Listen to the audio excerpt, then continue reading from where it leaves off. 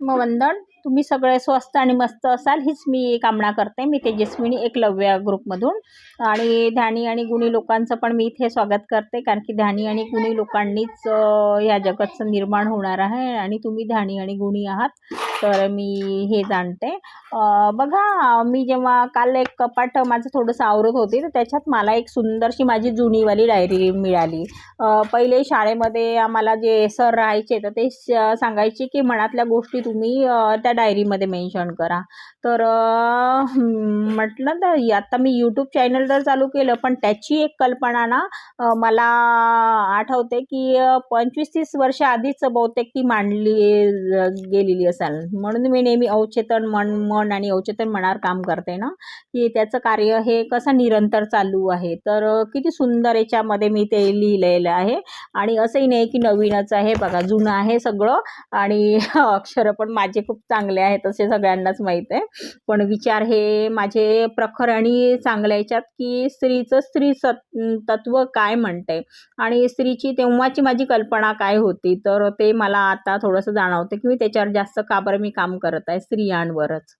तर याच्यात बघा, स्त्री अनेक प्रकारच्या कैदेत राहते.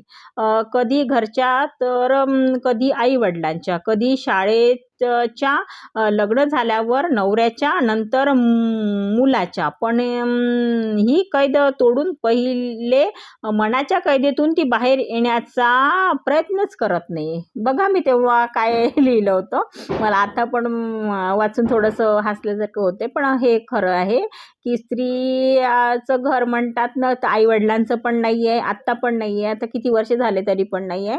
आणि नवऱ्याचं पण नाही म्हणतायत, नवरा म्हणते माझंच. आणि म्हणतात ना, मुलगा आहे तर मुलगा पण त्या मुलाची ते राहा, या मुलाची ते राहा, तिचं घर हे महत्त्वाचं कधी राहतच नाही आहे.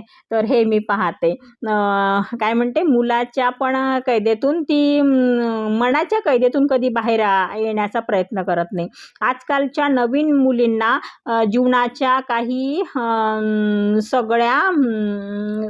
सगळ्या बनवायच्या असतात, संकल्पना बनवायच्या असतात. पण स्वतःच्या व्यक्तिमत्व खुलायचं असेल तर पहिले शिकलं पाहिजे. जेव्हा मुलगी शाळेत जाते तेव्हा तिच्या मनावर विनवल्या जाते की तू आता एक मुलगी आहेस, नंतर तुला लग्न करून घर सांभाळावे लागेल.